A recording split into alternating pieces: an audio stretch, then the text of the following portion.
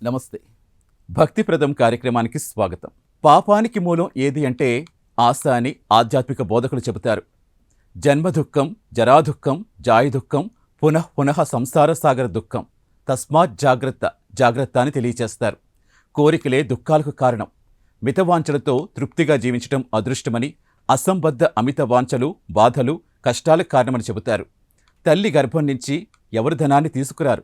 లోకం వదిలి వెళ్ళిపోయేటప్పుడు ధనాన్ని తీసుకువెళ్లరని శ్లోకకర్త తెలిపారు. అయితే ధనమే కాదు, పుట్టినప్పుడు ఏదీ వెంట తీసుకురాం, పోయేటప్పుడు దేనిని తీసుకుని వెళ్ళాం. పాపపుణ్యాలు మాత్రమే వెంట తీసుకువెళతామని పురాణ పెద్దలు చెబుతారు.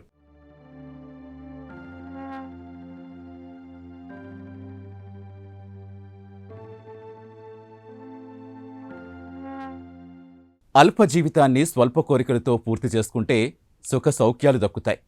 దేహం చాలించాక పుణ్యఫలాలు సిద్ధిస్తాయి. గుర్రాల్లా కోరికలు పరిగెడితే మనస్సు ధర్మ మార్గం నుంచి మరలవచ్చు.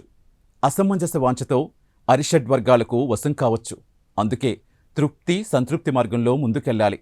కానీ అసంతృప్తి, అసహనం, ఆక్రోశం, ఆవేశం వాటిలో పయనం సాగించకూడదని పెద్దలు చెబుతారు.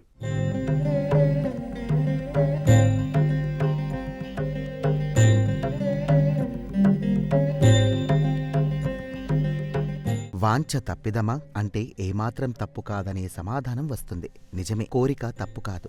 అయితే ఆ వాంఛ సహేతుకంగా ఉండాలి. ధర్మబద్ధ కోరదగ్గ కోరికలు కోరుకోవడంలో ఎలాంటి తప్పులు ఉండవు. కోరకూడనివి, ధర్మ వ్యతిరేకపరమైనవి కోరకూడదు. ఇవి తప్పులు, శిక్షార్హమైనవే కాక పాపఫల హేతువులు. కోరరాని, కోరకూడని కోరికలు కోరడమే కాక బలప్రయోగాలు, మందాదకర ప్రవర్తనతో అధం పాతాళానికి వెళ్లిన వ్యక్తులు పురాణ కాలం నుండి, యుగ యుగాల నుంచి కనిపిస్తూ ఉన్నారు.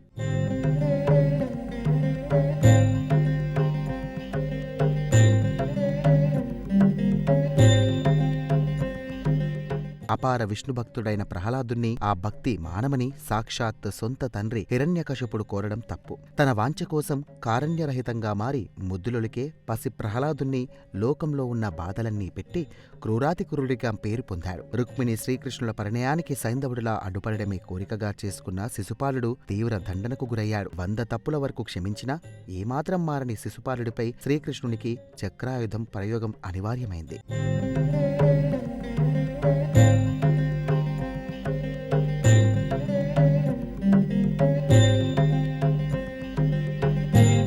ద్రౌపదిని పరాభవించి పాండవులను అవమానించాలని దురారోచపరుడైన దుర్యోధనుడు కంకణం కట్టుకున్నాడు. ఈ దారుణ వాంఛ నెరవేర్చుకోవడానికి శకుని, కర్ణుడు, దుశ్శాసనుడితో కలిసి దుష్ట చతుష్టయంగా మారి చెయ్యరాని పాపపు పనులు చేశాడు. చివరకు తన కౌరవమంద సోదరులు, బంధువులు, మిత్రగణాలు అందరితో కలిసి సర్వనాశనం చెందాడు.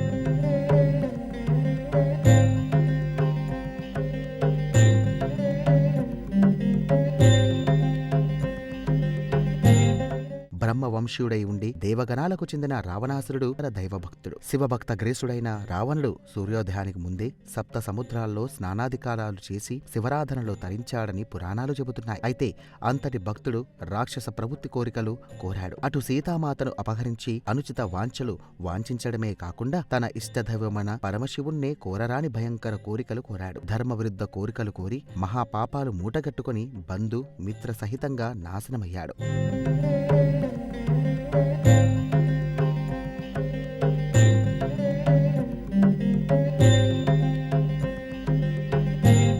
కోరరాని కోరికలు కోరి భస్మాసురుడు తన హస్తం తన శిరస్సు మీద పెట్టుకుని తానే భస్మమయ్యాడు. శివుని కోరిన కోరిక ఏమిటంటే తాను ఎవరి శిరస్సుపై హస్తం ఉంచితే వారు భస్మమై పోవాలని కోరిక కోరాడు. భోలాశంకరుడు భక్త సులభుడు, సరళ హృదయుడైన శంకరుడు అంత భయంకర కోరిక తీర్చే వరాన్ని ఇచ్చాడు. అయితే వినాశకాలే విపరీత బుద్ధి అనే సామెత ఉంది కదా. ఏ కోరరాని కోరిక కోరినా ఆ కోరిక తీరే వరం ఇచ్చినా దేవాదిదేవుడు పరమశివుడి శిరస్సుపైనే తన భస్మాసుర హస్తం పెట్టాలని కోరుకున్నాడు. చివరకు ఏమైంది? తన భస్మాసుర హస్తాన్ని తన నెత్తిమీదే పెట్టుకుని భస్మమైపోయాడు.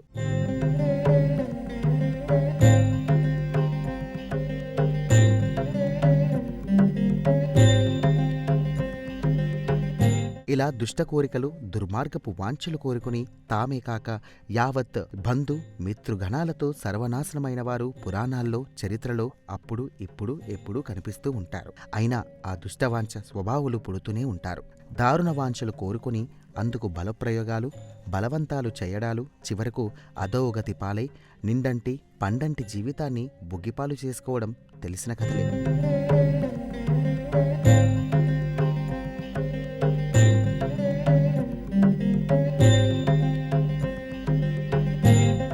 న్యాయసమ్మత ధర్మబద్ధమైన కోరికలతో అల్ప జీవితాన్ని సార్థకం చేసుకుంటే ఇహ పరసౌఖ్యాలు దక్కుతాయి. అల్ప జీవితాన్ని సహేతుక స్వల్ప కోరికలతో ధాన్యం చేసుకుంటే జీవితం సుఖమయంగా సాగడమే కాక కాలం చేశాక సద్గతులు పొందడానికి అవకాశం కలుగుతుంది.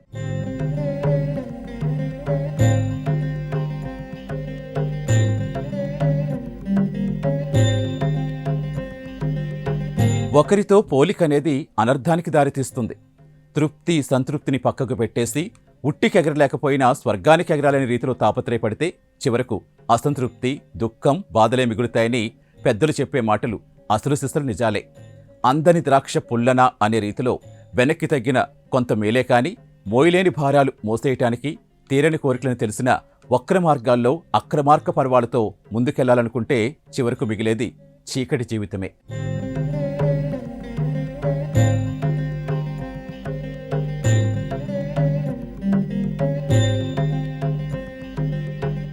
కోరికలే గుర్రాలైతే మనస్సు అధర్మ మార్గం వైపు సాగవచ్చు. నియమబద్ధ జీవితానికి విఘాతం కలగవచ్చు. అనుచిత అసమంజస వాంఛలు తలకెక్కితే అంతర్గత శత్రువులు విజృంభణ మొదలెడతాయి. అరిషడ్ వర్గాలకు వశమైతే పతన దశ ఆరంభమవుతుంది. అందుకే తృప్తి సంతృప్తి మార్గంలో వెళ్ళాలి తప్ప అనుచిత కోరికలను పట్టకు వేలాడకూడదని పెద్దలు చెబుతూ ఉంటారు. అసంబద్ధ కోరికల వల్ల అసంతృప్తి, అసహనం, ఆక్రోశం, ఆవేశకావేశాలు కలుగుతాయి. ఈ దుష్ట లక్షణాన్ని మానవ పతనానికి, తిరోగమ బాట పయనానికి దారితీస్తాయని తెలియజేస్తారు.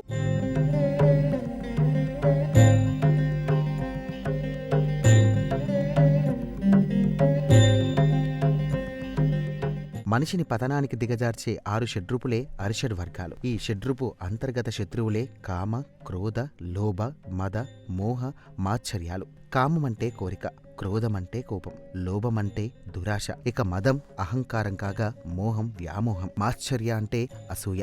ఈ అవలక్షణాలన్నీ కలిసి సులక్షంగా ఉన్న మంచి మనిషిని అధోగతి పాలు చేస్తాయి. ఇందుకు ఆ మనిషి పుట్టిన అనుచిత అసంబంధ అవాంఛనీయ వాంఛలే కారణం. ఈ 6 గుణాలను నియంత్రించుకోగలిగితే మనిషి ఉన్నత స్థానాన్ని పొందుతాడని సర్వశాస్త్రాలు చెబుతున్నాయి.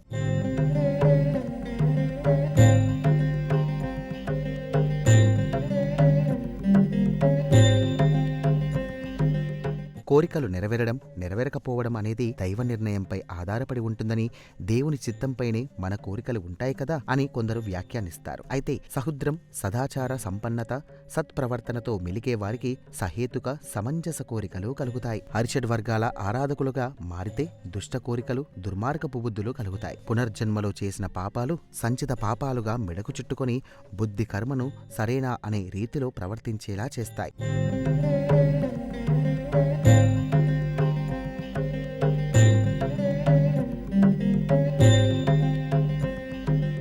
పూర్వపు పాపాలకు ఈ పాపాలు తోడే పాపాలమయంగా తయారవుతాయి. ఈ దుస్థితి తలెత్తకుండా ఉండడానికి, దైవానుగ్రహంతో వీటిని జయించడానికి ఎల్లవేళలా దైవాధ్యానంలో, దైవ పూజల్లో, దైవారాధనలో నిమగ్నమై ఉండాలి. మంచి పనులు, పుణ్యకార్యాల తలంపులతోనే ముందుకు సాగాలని, అసంబంధ అనుచిత వాంఛలను మొగ్గులోనే తుంచేసేలా మనస్సుకు శిక్షణ ఇవ్వాలని పురాణ పెద్దలు తెలియజేస్తున్నారు. కోరికలు అదుపులోకి పెట్టుకోవాలని భావించిన ఏదో దుష్టశక్తి దుష్ట దుర్మార్గ చేష్టల వైపు మళ్లేలా చేయవచ్చు. అప్పుడు మహాభక్తులు ధ్రువ, మార్కండేయుల మాదిరి అన్య విషయాలేవి మనమున ప్రవేశించకుండా దైవభక్తిలో గాఢంగా మునిగిపోయి దైవారాధనలో నిమగ్నమవ్వాలి. అప్పుడు విపరీత వాంఛలు, అరిషడ్ వర్గాలు అన్ని ఫలాయాన మంత్రం పఠిస్తాయి.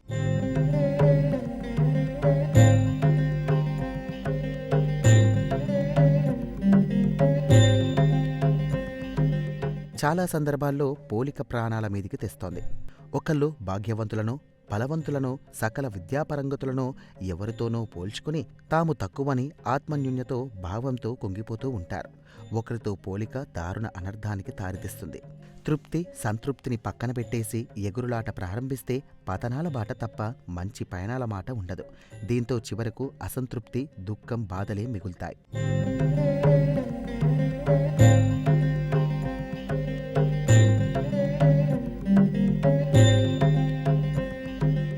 అందని ద్రాక్ష పుల్లన అనే రీతిలో వెనక్కి తగ్గిన కొంత మేలే కాని మోయలేని భారాలు మోసేయడానికి తీరని కోరికలని తెలిసిన వక్ర మార్గాల్లో అక్రమ పర్వాలతో ముందుకెళ్దాలనుకుంటే చివరకు మిగిలేది చీకటి జీవితమే. పొంగిపోవడాలు కుంగిపోవడాలు ఏవైనా ప్రమాదకరాలే. ఆత్మన్యూన్యత భావానికి లోనైతే అందులోంచి అసూయ జన్మించి అంతర్గత శత్రువులని ప్రాణ మిత్రులుగా భావించేసి పరిస్థితి వచ్చేస్తుంది. ఇక అంతర్గత అర్షడ్ వర్గాలకు కాస్త అవకాశమిస్తే చాలు ఇలా అల్లుకుపోయి ఆ మనిషిని అంధకార బంధూరంలోకి తోసివేసే వరకు అధపాతాళానికి చేరే వరకు వదిలిపెట్టవు.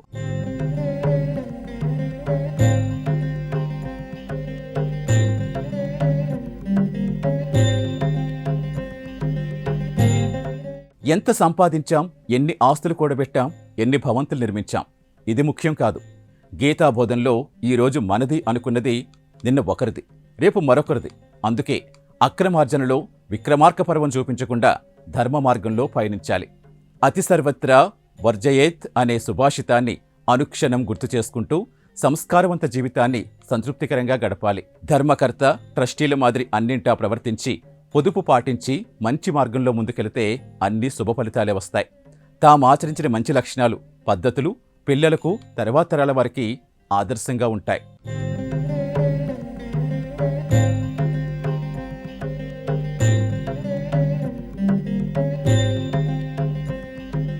చేపట్టిన కార్యంలో సఫలమైతే ఆ విజయాన్ని సొంత ఖాతాలో వేసుకుని ప్రతిభగా తెలియజేసుకోవడం మానవ నైజం. అదే విఫలమైతే ఈ ఘనత తమది కాదని పరులను వేలెత్తి చూపించడం జరుగుతుంది. తప్పును తప్పుగా అంగీకరించకపోగా దైవం దయలేకే ప్రతికూల పరిస్థితుల్ని కొందరు అంటూ ఉంటారు. అయితే మూటగట్టుకున్న పూర్వపు పాపాలు, సంచిత కర్మలు, అలాగే ప్రస్తుతం చేసిన అనుచిత ప్రవర్తనలు కారణం అని ఎవ్వరూ అనరు, అంగీకరించరు కూడా.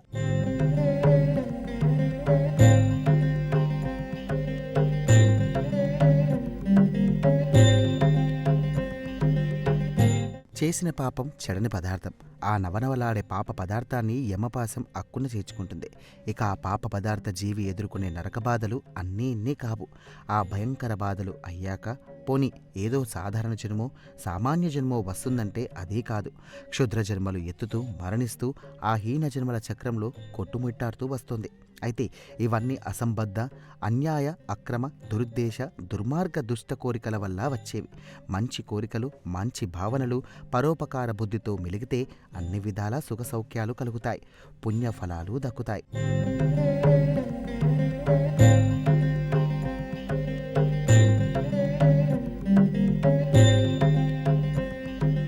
పురాణాలు, చరిత్రలు, గతాలు, పాపాలు, పుణ్యాల మాట అలా ఉంచి సామాన్య సమాజం గురించి మాట్లాడుకున్న సమంజస సహేతుక కోరికలు ఉండాలనే సమాధానం వస్తుంది.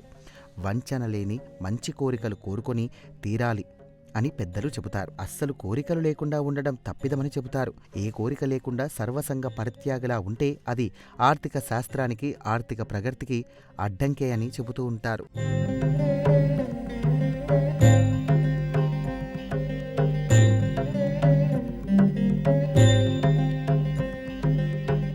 అందరికీ తెలిసిన ఆర్థిక సూత్రాన్ని మననం చేసుకుంటే వాంట్స్, ఎఫర్ట్, సాటిస్ఫాక్షన్ అనే సైకిల్ కనిపిస్తోంది. కోరిక కలగాలి, ఆ కోరిక తీరడానికి ప్రయత్నం చేయాలి, ఆ కోరిక తీరి సంతృప్తి చెందాక కొత్త కోరిక కలగాలి. ఈ మూడింటి సైకిల్ లేకపోతే ఆర్థిక, అర్థశాస్త్రాల మాటే ఉండదని పెద్దలు చెబుతారు. కోరికలు ఉచిత రీతిలో ఉండాలి తప్ప అనుచితంగా ఉండకూడదు. రావణాసురుడు, భస్మాసురుడు, కీచకుడు, దుర్యోధనుడు తరహా కోరికలు కాకుండా ధర్మబద్ధ కోరికలు, పాండవుల మాదిరి వైఖరి ఉండాలని పెద్దలు తెలియజేస్తూ ఉంటారు.